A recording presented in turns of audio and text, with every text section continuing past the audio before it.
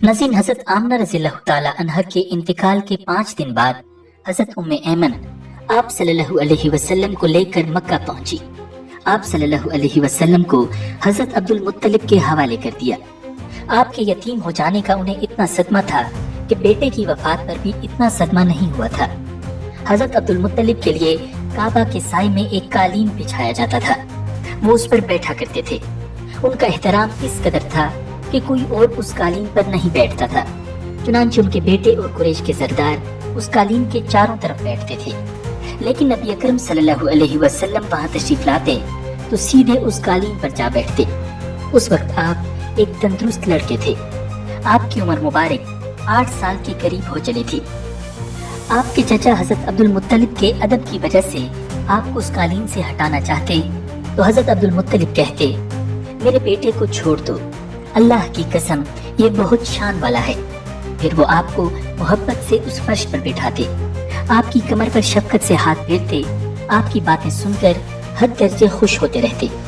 कभी वो दूसरों से कहते, मेरे बेटे को यहीं बैठने दो, उसे खुद भी एहसास है कि उसकी बड़ी शान है और मेरी आरज़ू है कि ये इतना बुलंद रुतबा पाए जो किसी अरब को इससे पहले हासिल न हुआ हो और न बाद में किसी को हासिल हो सके। एक बार उन्होंने ये अल्फाज कहे, मेरे बेटे को छोड़ दो, इसके मिजाज में तबई तौर पर बुलंदी है, इसकी शान निराली होगी। नज़ीर एक रोज बनु मुदलज के कुछ लोग हज़रत अब्दुल मुत्तलिब से मिलने के लिए आए। उनके पास उस वक्त आप सल्लल्लाहु अलैहि वसल्लम भी तशरीफ फरमा थे। बनु मुदलज के लोगों ने आपको देखा। ये लोग क़ियाफ़ा शनास थे। आदमी का चेहरा देखकर उसके मुस्तकबिल के बारे में अंदाज़े बयान करते थे। उन्होंने हज़रत अब्दुल मुत्तलिब से कहा, इस बच्चे की हिफाजत करें, इसलिए कि मकाम इब्राहिम पर जो हज़रत इब्राहिम अलैहिस्सलाम के कदम का निशान है, इस बच्चे के पाँव का निशान बिल्कुल उस निशान से मिलता जुलता है। इस कदर मुशाबिहत हमने किसी और के पाँव के निशान में नहीं देखी। हमारा ख्याल है कि ये बच्चा निराली शान का मालिक होगा, इसलिए इसकी हिफाजत करें। नज़ीर मकाम इब्राहिम खाना काबा में वो पत्थर है जिस पर हज़रत इब्राहिम अलैहिस्सलाम काबा की तामीर के वक्त खड़े हुए थे। मोज़े के तौर पर उस पत्थर पर हज़रत इब्राहिम अलैहिस्सलाम के पैरों के निशान पड़ गए थे। लोग उस पत्थर की ज़ियारत करते हैं। यही मकाम इब्राहिम है, जो कि नबी अकरम सल्लल्लाहु अलैहि वसल्लम हज़रत इब्राहिम अलैहिस्सलाम की नस्ल से हैं, इसलिए उनके पाँव की मुशाबिहत आप में होना कुदरती बात थी। एक रोज हज़रत अब्दुल मुत्तलिब खाना काबा में हजरे अस्वद के पास बैठे हुए थे। ऐसे में उनके पास नजरान के ईसाई आ गए। उनमें एक पादरी भी था। उस पादरी ने हज़रत अब्दुल मुत्तलिब से कहा, हमारी किताबों में एक ऐसे नबी की अलामत हैं जो इस्माइल अलैहिस्सलाम की औलाद में होना बाकी है। ये शहर उसकी जाए पैदाइश होगा, उसकी ये निशानियां होंगी। अब ये बात हो रही थी कि कोई शख्स नबी अकरम सल्लल्लाहु अलैहि वसल्लम को लेकर वहां आ पहुंचा। पादरी की नजर जो ही आप पर पड़ी, वो चौंक उठा। आपकी आंखों, कमर और पैरों को देखकर वो चिल्ला उठा, वो नबी यही है, ये तुम्हारे क्या लगते हैं? हज़रत अब्दुल मुत्तलिब बोले, ये मेरे बेटे हैं। इस पर वो पादरी बोला, ओ तब ये वो नहीं हो सकते, इसलिए कि हमारी किताबों में लिखा है कि इसके वालिद का इंतकाल उसकी पैदाइश से पहले हो जाएगा। ये सुनकर हज़रत अब्दुल मुत्तलिब बोले, ये दरअसल मेरा पोता है, इसके बाप का इंतकाल उस वक्त हो गया था जब ये पैदा भी नहीं हुआ था। इस पर पादरी बोला, हाँ ये हुई ना बात, आप इसकी पूरी तरह हिफाजत करें। नज़ीर हज़रत अब्दुल मुत्तलिब की आप सल्लल्लाहु अलैहि वसल्लम से मोहब्बत का ये आलम था कि खाना खाने बैठते तो कहते, मेरे बेटे को ले आओ। आप तशरीफ लाते तो हज़रत अब्दुल मुत्तलिब आपको अपने पास बिठाते, आपको अपने साथ खिलाते। बहुत ज्यादा उम्र वाले एक सहाबी हज़रत हिदा बिन मुआविया रज़ियल्लाहु ताला अन्हु फरमाते हैं कि मैं एक मर्तबा इस्लाम से पहले जाहिलियत के जमाने में हज के लिए मक्का मुअज़्ज़मा गया। वहाँ बैतुल्लाह का तवाफ कर रहा था कि मैंने एक ऐसे शख्स को देखा जो बहुत बूढ़ा और बहुत लंबे कद का था। वो बैतुल्लाह का तवाफ कर रहा था और कह रहा था, ऐ मेरे परवरदिगार, मेरी सवारी को मोहम्मद की तरफ फेर दे और उसे मेरा दस्तो बाजू बना दे। मैंने उस बूढ़े को जब ये शेर पढ़ते सुना तो लोगों से पूछा, ये कौन है? लोगों ने बताया, ये अब्दुल मुत्तलिब बिन हाशिम है। उन्होंने अपने पोते को अपने एक ऊंट की तलाश में भेजा है। वो ऊंट गुम हो गया है और वो पोता ऐसा है, जब भी किसी गुमशुदा चीज की तलाश में उसे भेजा जाता है تو وہ چیز لے کر ہی آتا ہے۔ موت سے پہلے یہ اپنے بیٹوں کو بھی اس اونٹ کی تلاش میں بھیج چکے ہیں، لیکن وہ ناکام لوٹ آئے ہیں۔ اب چونکہ پوتے کو گئے ہوئے کافی دیر ہو گئی ہے، اس لیے پریشان ہیں اور دعا مانگ رہے ہیں۔ تھوڑی ہی دیر گزری تھی کہ میں نے دیکھا آپ صلی اللہ علیہ وسلم اونٹ کو لیے تشریف لا رہے ہیں۔ حضرت عبد المطلب نے آپ کو دیکھ کر کہا، میرے بیٹے، میں تمہارے لیے اس قدر فکر مند ہو گیا تھا کہ شاید اس کا اثر کبھی میرے دل سے نہ جائے۔ ناظرین، حضرت عبد المطلب کی بیوی کا نام رقیہ بن ابو سیفی تھا۔ وہ فرماتی ہیں کہ قریش 23 سال سے سخت قحط سالی کا شکار تھے، بارشیں بالکل بند تھی، سب لوگ پریشان تھے کہ اسی زمانے میں میں نے خواب دیکھا۔ کوئی شخص خواب میں کہہ رہا تھا، اے قریش کے لوگوں، تم میں سے ایک نبی ظاہر ہونے والا ہے، اس کے ظہور کا وقت آ گیا ہے، اس کے ذریعے تمہیں زندگی ملے گی، یعنی خوب بارشیں ہوں گی، سرسبزی اور شادابی ہوگی۔ تم اپنے لوگوں میں سے ایک ایسا شخص تلاش کرو جو لمبے قد کا ہو، گورے رنگ کا ہو، اس کی پلکیں گھنی ہوں، بھویں اور ابرو ملے ہوئے ہوں۔ وہ شخص اپنی تمام اولاد کے ساتھ نکلے اور تم میں سے ہر خاندان کا ایک آدمی نکلے، سب پاک صاف ہوں اور خوشبو لگائیں۔ وہ حجر اسود کو بوسہ دیں، پھر سب جبل ابو قیس پر چڑھ جائیں۔ پھر وہ شخص جس کا حلیہ بتایا گیا ہے آگے بڑھے اور بارش کی دعا مانگے، اور تم سب آمین کہو تو بارش ہو جائے گی۔ صبح ہوئی تو حضرت عبد المطلب کی اہلیہ نے اپنا یہ خواب قریش سے بیان کیا۔ انہوں نے نشانیوں کو تلاش کیا تو سب کی سب نشانیاں انہیں حضرت عبد المطلب میں مل گئیں۔ چنانچہ سب ان کے پاس جمع ہوئے، ہر خاندان سے ایک ایک آدمی آیا، ان سب نے شرائط پوری کی۔ اس کے بعد سب ابو قیس پہاڑ پر چڑھ گئے۔ ان میں نبی اکرم صلی اللہ علیہ وسلم بھی موجود تھے، آپ اس وقت 9 عمر تھے۔ پھر حضرت عبد المطلب آگے بڑھے اور انہوں نے یوں دعا کی، اے اللہ، یہ سب تیرے غلام ہیں، تیرے غلاموں کی اولاد ہیں، تیری باندیاں ہیں اور تیری باندیوں کی اولاد ہیں۔ ہم پر جو برا وقت آ پڑا ہے تو دیکھ رہا ہے، ہم مسلسل قحط سالی کا شکار ہیں۔ اب اونٹ، گائے، گھوڑے، خچر اور گدھے سب کچھ ختم ہو چکے ہیں اور جانوروں پر بنائی ہے، اس لیے ہماری یہ خشک سالی ختم فرما دے، ہمیں زندگی اور سرسبزی اور شادابی عطا فرما دے۔ ناظرین، ابھی یہ دعا مانگ ہی رہے تھے کہ بارش شروع ہو گئی، وادیاں پانی سے بھر گئیں، لیکن اس بارش میں ایک بہت عجیب بات ہوئی۔ وہ عجیب بات یہ تھی کہ قریش کو یہ سیرابی ضرور حاصل ہوئی، مگر یہ بارش قبیلہ قیس اور قبیلہ مضر کی قریبی بستیوں میں بالکل نہ ہوئی۔ اب لوگ بہت حیران ہوئے کہ یہ کیا بات ہوئی، ایک قبیلے پر بارش اور آس پاس کے سب قبیلے بارش سے محروم۔ تمام قبیلوں کے سردار جمع ہوئے، اس سلسلے میں بات چیت شروع ہوئی۔ ایک سردار نے کہا، ہم زبردست قحط اور خشک سالی کا شکار ہیں، جبکہ قریش کو اللہ تعالیٰ نے بارش عطا کی ہے اور یہ عبد المطلب کی وجہ سے ہوا ہے، اس لیے ہم سب ان کے پاس چلتے ہیں، اگر وہ ہمارے لیے دعا کر دیں تو شاید اللہ تعالیٰ ہمیں بھی بارش عطا فرما دے۔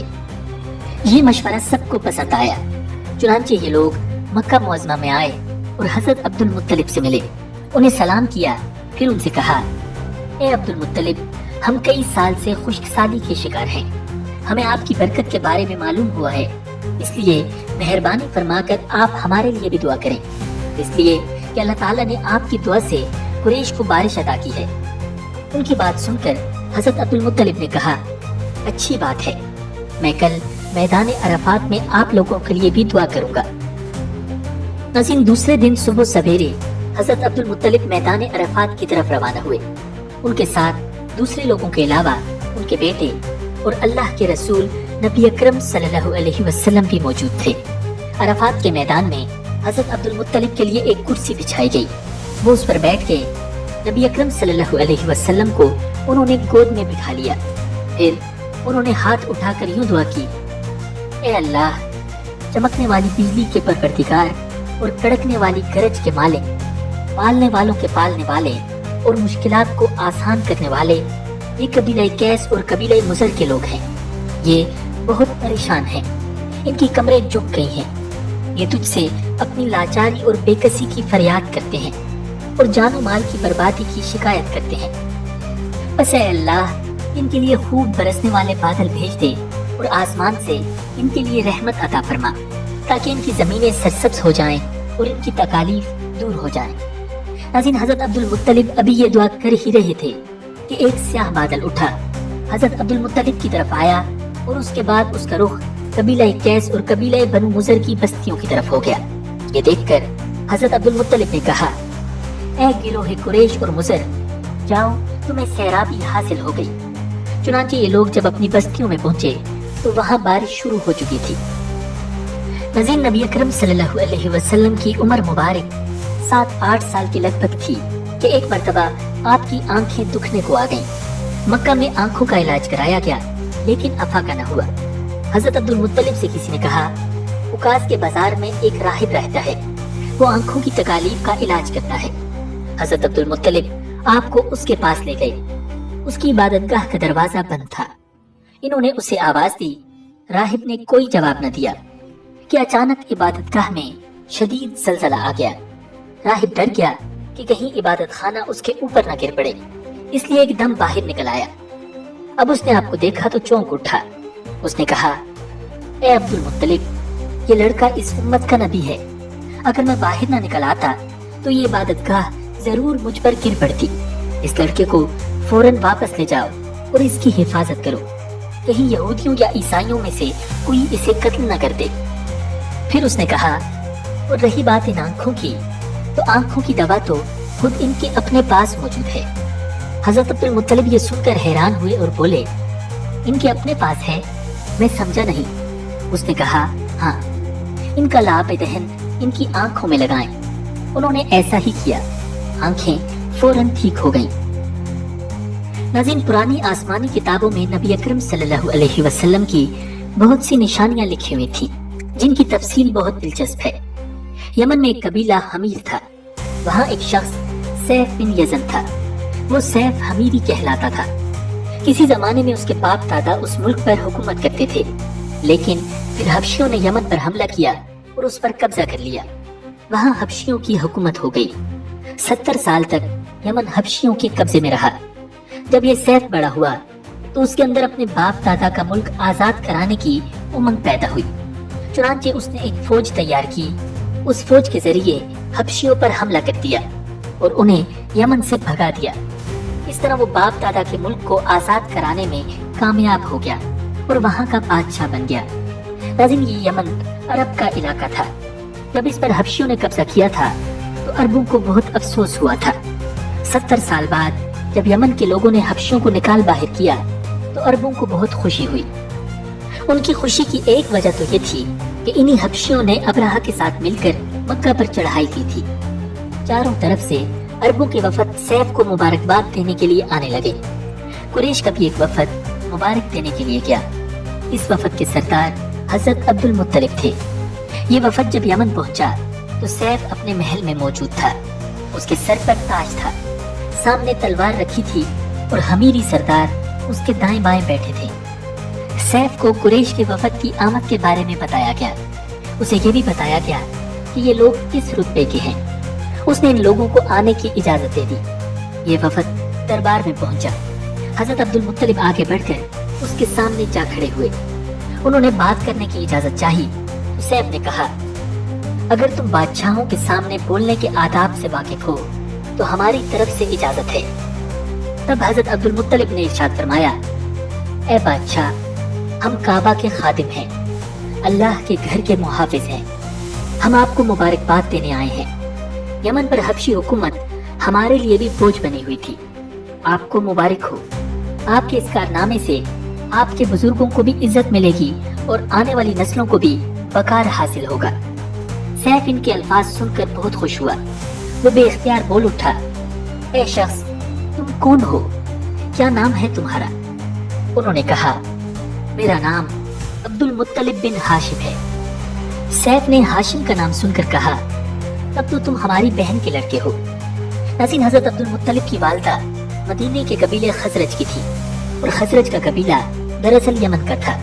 اسی لیے سیف نے ہاشم کا نام سن کر کہا، تب تو تم ہماری بہن کے لڑکے ہو۔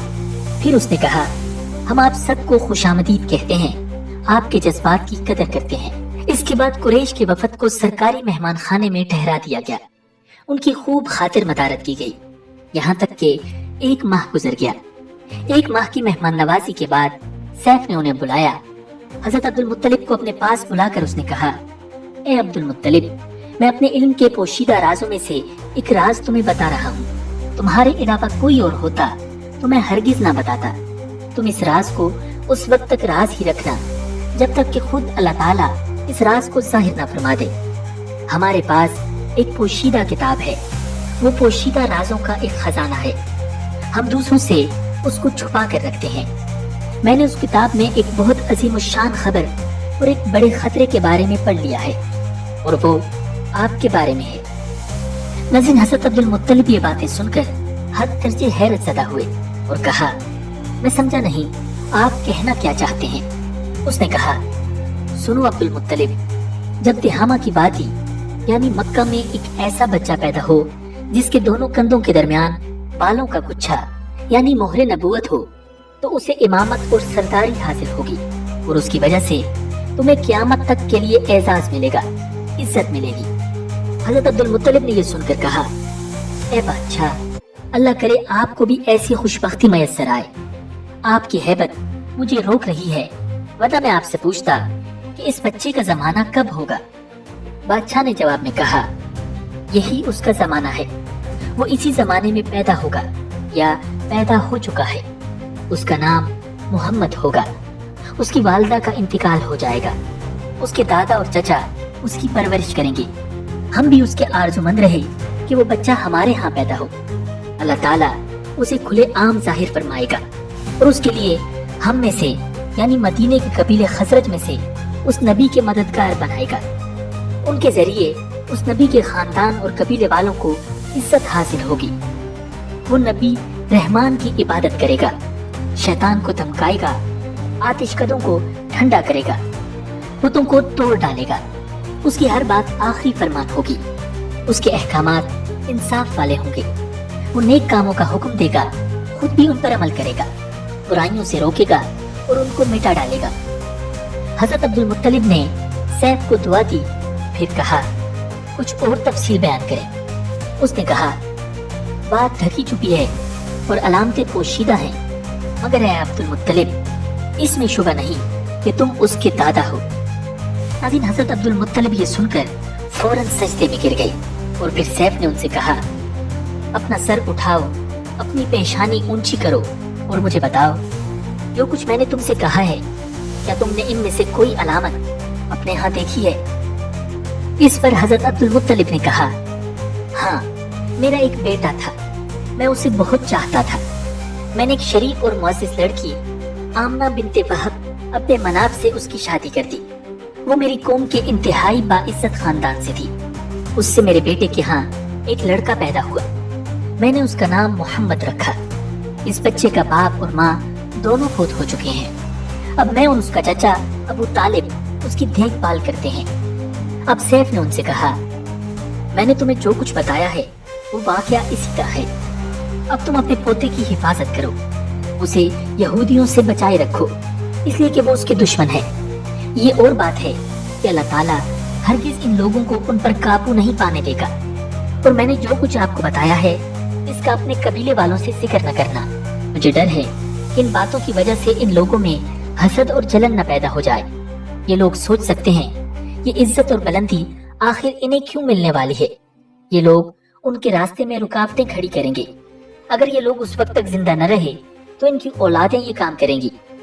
अगर मुझे ये मालूम न होता कि इस नबी के ज़ुहूर से पहले ही मौत मुझे आ लेगी, तो मैं अपने ऊंटों और काफिले के साथ रवाना होता और उनकी सल्तनत के मरकज यसरब पहुंचता, क्योंकि मैं इस किताब में ये बात पाता हूँ कि शहर यसरब उनकी सल्तनत का मरकज होगा, उनकी ताकत का सरचश्मा होगा, उनकी मदद और नुसरत का ठिकाना होगा और उनकी वफात की जगह होगी और उन्हें दफन भी यहीं किया जाएगा। और हमारी किताब पिछले उलूम से भरी पड़ी है। मुझे पता है कि अगर मैं इसी वक्त उनकी अजमत का ऐलान करूं तो खुद उनके लिए और मेरे लिए खतरात पैदा हो जाएंगे। ये डर ना होता तो मैं इसी वक्त उनके बारे में ये तमाम बातें सबको बता देता, अरबों के सामने उनकी सरबलंदी और ऊंचे रुतबे की दास्तानें सुना देता। लेकिन मैंने ये राज सिर्फ तुम्हें बताया है, तुम्हारे साथियों में से भी किसी को नहीं बताया। नाज़रीन, इसके बाद उसने हज़रत अब्दुल मुत्तलिब के साथियों को बुलाया। उनमें से हर एक को 10 हबशी गुलाम 10 हबशी बांधियां और धारीदार यमनी चादरें, बड़ी मिकदार में सोना चांदी, 100 ऊंट और अंबर के भरे टपे दिए।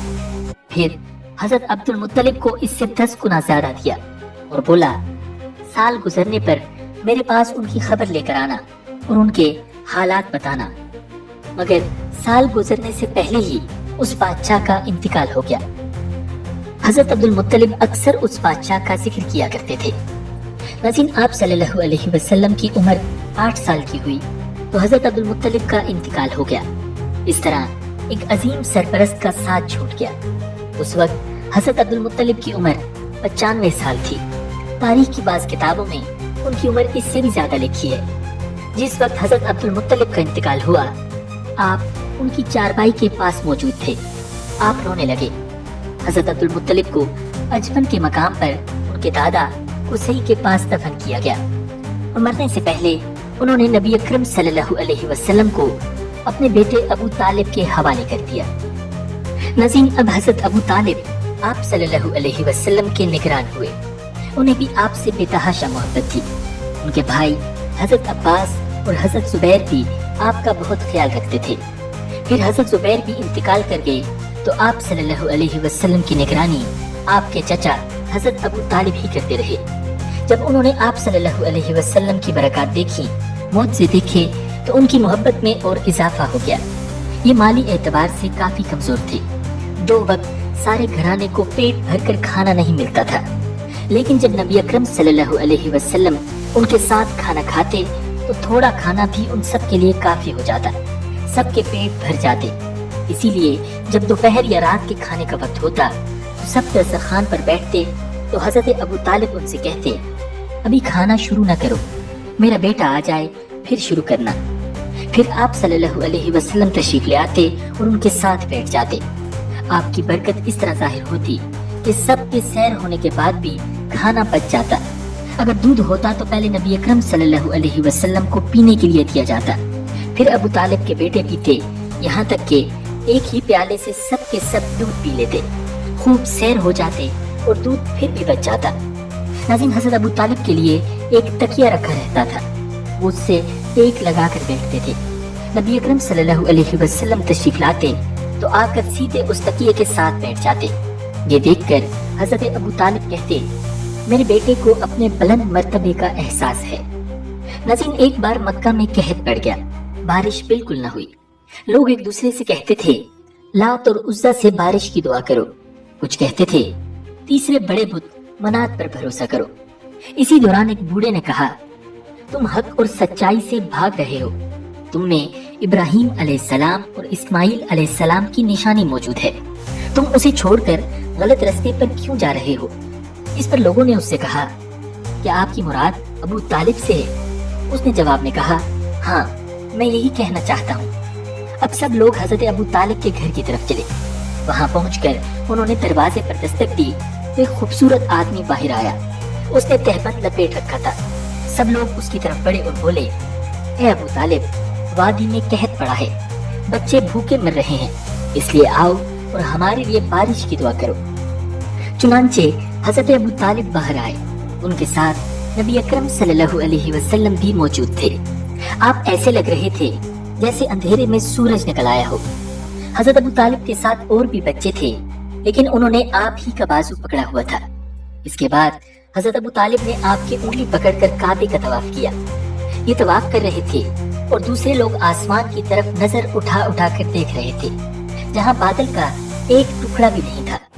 लेकिन फिर अचानक हर तरफ से घने बादल आने लगे। इस कदर जोरदार बारिश हुई कि शहर और जंगल सैराब हो गए। नाज़रीन, हजरत अबू तालिब एक बार जिल हिजाज के मेले में गए। ये जगह अरफात से तकरीबन 8 किलोमीटर दूर है। उनके साथ नबी अकरम सल्लल्लाहु अलैहि वसल्लम भी मौजूद थे। ऐसे में हजरत अबू तालिब को प्यास महसूस हुई। उन्होंने आप सल्लल्लाहु अलैहि वसल्लम से कहा, भतीजे, मुझे प्यास लगी है। ये बात उन्होंने इसलिए नहीं कही थी कि आपके पास पानी था, बल्कि अपनी बेचैनी जाहिर करने के लिए कही थी। चाचा की बात सुनकर आप फौरन सवारी से उतर आए और बोले, चाचा जान, आपको प्यास लगी है?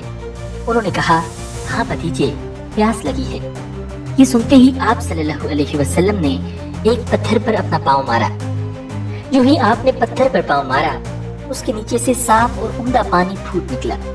انہوں نے ایسا پانی پہلے کبھی نہیں پیا تھا، خوب سیر ہو کر پیا۔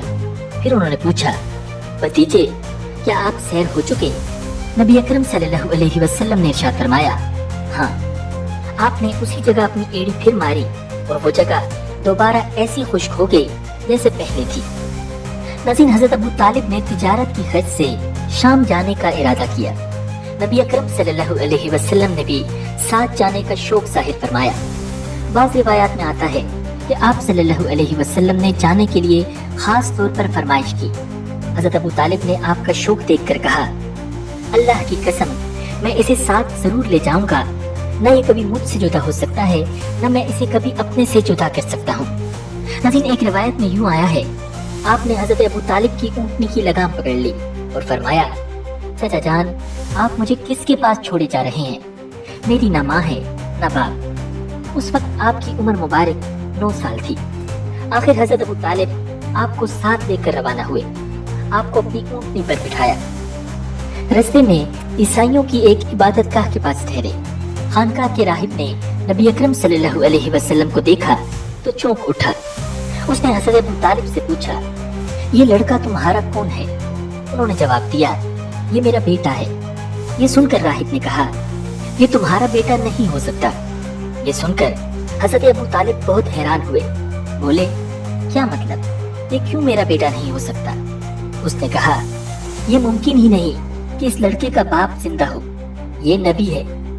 مطلب یہ تھا کہ ان میں جو نشانیاں ہیں وہ دنیا کے آخری نبی کی ہیں، اور ان کی ایک علامت یہ ہے کہ وہ یتیم ہوں گے۔ ان کے باپ کا انتقال اسی زمانے میں ہو جائے گا جبکہ وہ ابھی پیدا ہونے والے ہوں گے۔ اس لڑکے میں آنے والے نبی کی تمام علامات موجود ہیں۔ ان کی ایک نشانی یہ ہے کہ بچپن میں ان کی والدہ کا بھی انتقال ہو جائے گا۔ اب حضرت ابو طالب نے اس راہب سے پوچھا، نبی کیا ہوتا ہے؟ راہب نے کہا، نبی وہ ہوتا ہے جس کے پاس آسمان سے خبریں آتی ہیں اور پھر وہ زمین والوں کو ان کی اطلاع دیتا ہے۔ تم یہودیوں سے اس لڑکے کی حفاظت کرنا۔ ناظرین، اس کے بعد حضرت ابو طالب وہاں سے آگے روانہ ہوئے۔ رستے میں ایک اور راہب کے پاس ٹھہرے، یہ بھی ایک خانقاہ کا عابد تھا۔ اس کی نظر بھی جب نبی اکرم صلی اللہ علیہ وسلم پر پڑی تو یہی پوچھا، یہ لڑکا تمہارا کیا لگتا ہے؟ ابو طالب نے اس سے بھی یہی کہا، یہ میرا بیٹا ہے۔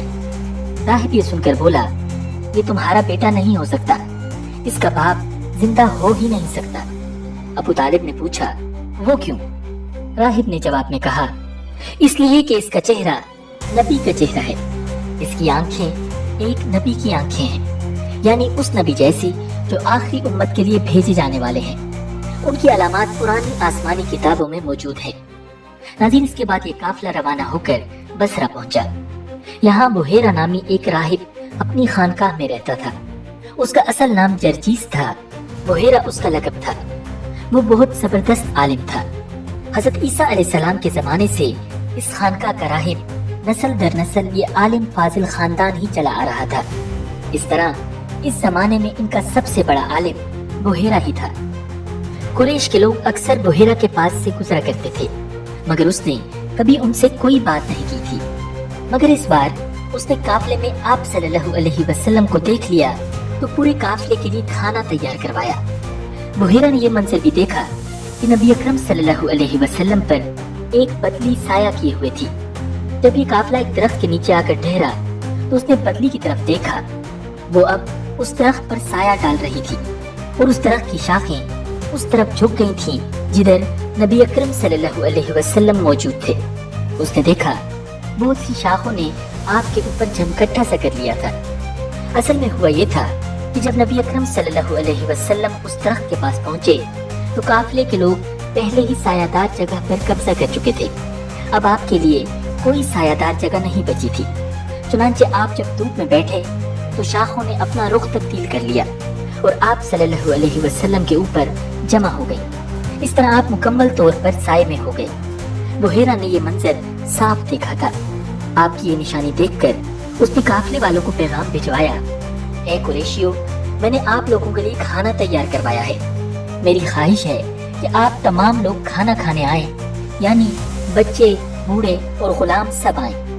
بحیرہ کا یہ پیغام سن کر काफले में से एक ने कहा, ए बुहेरा, आज तो आप नया काम कर रहे हैं। हम तो अक्सर इस रास्ते से गुजरते हैं, आपने कभी दावत का इंतजाम नहीं किया, फिर आज क्या बात है?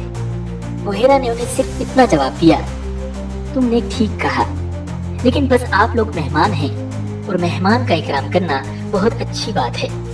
इस तरह तमाम लोग बुहेरा के पास पहुंच गए, लेकिन अल्लाह के रसूल नबी अकरम सल्लल्लाहु अलैहि वसल्लम उनके साथ नहीं थे। उन्हें पड़ाव ही में छोड़ दिया गया था। नज़ीर, आप सल्लल्लाहु अलैहि वसल्लम को काफिले के साथ इसलिए नहीं ले जाया गया था कि आप कम उम्र थे। आप वहीं दरख्त के नीचे बैठ गए। उधर बुहेरा ने लोगों को देखा और उनमें से किसी में उसे वो सिर्फ नजर न आई जो आखिरी नबी के बारे में उसे मालूम थी। न उनमें से किसी पर वो बदली नजर आई, बल्कि उसने अजीब बात देखी कि वो बदली वहीं पड़ाव की जगह पर ही रह गई थी। इसका साफ मतलब ये था कि बदली वही है जहां अल्लाह के रसूल हैं। तब उसने कहा, ए कुरैश के लोगों, मेरी दावत से आप में से कोई भी पीछे नहीं रहना चाहिए। इस पर कुरैश ने कहा, ए बुहेरा, जिन लोगों को आपकी इस दावत में लाना जरूरी था उनमें से तो कोई नहीं रहा। हाँ, एक लड़का रह गया है जो सबसे कम उम्र है। बुहेरा बोला, तब फिर मेहरबानी फरमाकर उसे भी बुला लें। ये किस कदर बुरी बात है कि आप सब आएं और आप में से एक रह जाए, और मैंने उसे आप लोगों के साथ देखा था। तब एक शख्स गया और आप सल्लल्लाहु अलैहि वसल्लम को साथ लेकर बुहेरा की तरफ रवाना हुआ। नाज़रीन, उस वक्त वो बदली आपके साथ साथ चली और तमाम रास्ते उसने आप पर साया किए रखा। बुहेरा ने ये मंजर साफ देखा। वो अब आपको और ज्यादा गौर से देख रहा था और आपके जिस्म मुबारक में वो अलामात तलाश कर रहा था जो उनकी कुतुब में दर्ज थी। जब लोग खाना खा चुके और इधर उधर हो गए, तब बुहेरा आपके पास आया और बोला, मैं लात और उज़्ज़ा के नाम पर आपसे चंद बातें पूछना चाहता हूँ। जो मैं पूछूं आप मुझे बताएं। उसकी बात सुनकर आपने फरमाया, लात और उज़्ज़ा के नाम पर मुझसे कुछ न पूछो। अल्लाह की कसम, मुझे सबसे ज्यादा नफरत उन्हीं से है। अब बुहेरा बोला, अच्छा तो फिर अल्लाह के नाम पर बताएं जो मैं पूछना चाहता हूँ। तो आप सल्लल्लाहु अलैहि वसल्लम ने इरशाद फरमाया, पूछो, क्या पूछना है? उसने बहुत से सवालात किए, आपकी आदत के बारे में पूछा। इसके बाद उसने आप सल्लल्लाहु अलैहि वसल्लम की कमर पर से कपड़ा हटाकर मोहरे नबूवत को देखा। वो बिल्कुल वैसी ही थी जैसा कि उसने अपनी किताबों में पढ़ा था। उसने फौरन मोहरे नबूवत की जगह को पोसा दिया। कुरैश के लोग ये सब देख रहे थे और हैरान हो रहे थे। आखिर लोग कहे बगैर न रह सके। ये राहिब तो मोहम्मद में बहुत दिलचस्पी ले रहा है, शायद इसके नजदीक इनका मर्तबा बहुत बुलंद है। उधर नबी अकरम सल्लल्लाहु अलैहि वसल्लम से बातचीत करने के बाद बुहेरा अबू तालिब की तरफ आया और बोला, ये लड़का तुम्हारा क्या लगता है? अबू तालिब ने कहा, ये मेरा बेटा है। इस पर बुहेरा ने कहा, नहीं, ये तुम्हारा बेटा नहीं हो सकता। ये नहीं हो सकता कि इसका बाप जिंदा हो। अबू तालिब को ये सुनकर हैरत हुई। फिर उन्होंने कहा, दरअसल ये मेरे भाई का बेटा है। उसने कहा, इनका बाप कहाँ है? उन्होंने कहा, वो फौत हो चुका है। उनका इंतकाल उस वक्त हो गया था जब ये अभी पैदा नहीं हुए थे।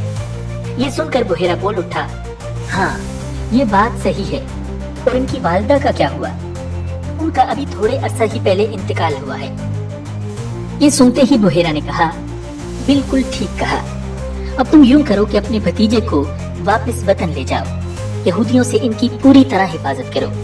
अगर उन्होंने इन्हें देख लिया और इनमें वो निशानियां देख ली जो मैंने देखी हैं, तो वो इन्हें कत्ल करने की कोशिश करेंगे। तुम्हारा ये भतीजा नबी है, इसकी बहुत शान है। इनकी शान के बारे में हम अपनी किताबों में भी लिखा हुआ पाते हैं और हमने अपने बाप दादाओं से भी बहुत कुछ सुन रखा है। मैंने ये नसीहत करके अपना फर्ज पूरा कर दिया है और इन्हें वापस ले जाना तुम्हारी जिम्मेदारी है। नाज़रीन, अबू तालिब बुहेरा की बातें सुनकर खौफज़दा हो गए। नबी अकरम सल्लल्लाहु अलैहि वसल्लम को लेकर मक्का वापस आ गए। इस वाक़े के वक्त आप सल्लल्लाहु अलैहि वसल्लम की उम्र मुबारक तकरीबन 9 साल थी। नाज़रीन, कुरैश के एक बुत का नाम बुआना था। कुरैश हर साल उसके पास हाजिरी दिया करते थे, उसकी बेहद इज्जत किया करते थे। उसके पास कुर्बानी का जानवर ज़बह करते, सर मुंडाते, सारा दिन उसके पास एतकाफ करते। अबू तालिब भी अपनी कौम के साथ उस बुत के पास हाजिरी देते। उस मौका को कुरैश ईद की तरह मनाते थे।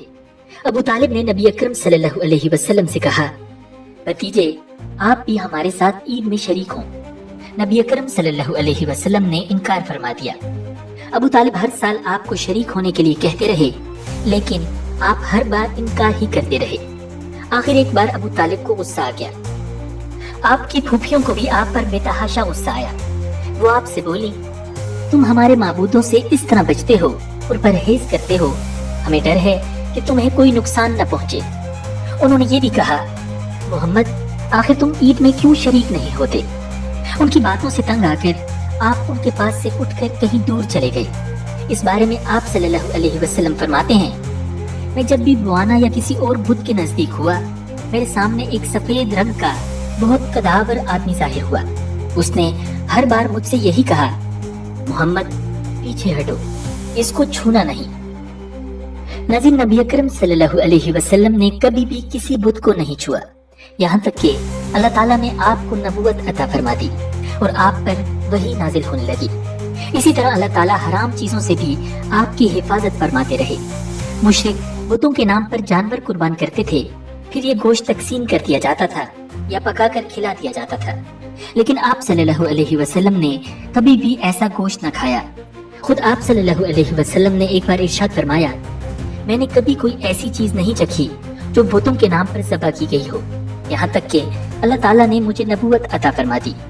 इसी तरह आप सल्लल्लाहु अलैहि वसल्लम से पूछा गया कि आपने बचपन में कभी बुत परस्ती की? आप सल्लल्लाहु अलैहि वसल्लम ने इरशाद फरमाया, नहीं। आपसे फिर पूछा गया, आपने कभी शराब पी? जवाब में इरशाद फरमाया, नहीं। हालांकि उस वक्त मुझे मालूम नहीं था कि किताबुल्लाह क्या है और ईमान क्या है। नाज़रीन, बचपन में आप सल्लल्लाहु अलैहि वसल्लम ने बकरियां भी चराई। आप मक्का के लोगों की बकरियां चराया करते थे। मुआवजे के तौर पर आपको एक सिक्का दिया जाता था। आप फरमाते हैं, अल्लाह ताला ने जितने नबी भेजे उन सब ने बकरियां चराने का काम किया। मैं मक्का वालों की बकरियां करारीत के बदले चराया करता था। मक्का वालों की बकरियों के साथ आप अपने घर वालों और रिश्तेदारों की बकरियां भी चराया करते थे। नाज़रीन, अरबों में एक शख्स बदर बिन माशर गिफारी था। ये उकास के मेले में बैठा करता था, लोगों के सामने अपनी बहादुरी के किस्से सुनाया करता था, अपनी बड़ाइयां बयान किया करता था। एक दिन उसने पैर फैलाकर और गर्दन अकड़ा कर कहा, मैं अरबों में सबसे ज्यादा इज्जतदार हूँ, और अगर कोई ख्याल करता है कि वो ज्यादा इज्जत वाला है तो तलवार के जोर पर यह बात साबित करके दिखाए। उसके ये बड़े बोल सुनकर एक शख्स को गुस्सा आ गया।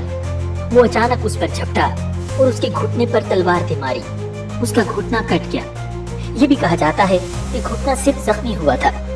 इस पर दोनों के कबीले आपस में लड़ पड़े, उनमें जंग शुरू हो गई। इस लड़ाई को फुज्जार की पहली लड़ाई कहा जाता है। नाज़रीन, उस वक्त आप सल्लल्लाहु अलैहि वसल्लम की उम्र मुबारक 10 साल थी। नाज़रीन, फुज्जार की एक और लड़ाई बनु आमिर की एक औरत की वजह से हुई। उसमें बनु आमिर बनु किनाना से लड़े, क्योंकि किनाना के एक नौजवान ने उस कबीले की किसी औरत को छेड़ा था। फुज्जार की तीसरी लड़ाई भी बनु आमिर और बनु किनाना के दरमियान हुई। ये लड़ाई कर्ज की अदायगी के सिलसिले में हुई। फुज्जार की इन तीनों लड़ाइयों में नबी अकरम सल्लल्लाहु अलैहि वसल्लम ने कोई हिस्सा नहीं लिया।